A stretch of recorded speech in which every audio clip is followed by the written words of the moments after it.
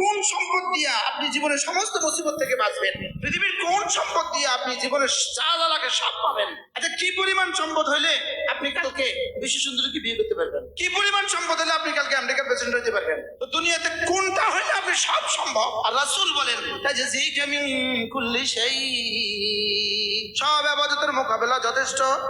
2 নম্বর যা যা লাগবে যথেষ্ট। 3 নম্বর যত ক্ষতি আছে বাঁচার জন্য যথেষ্ট।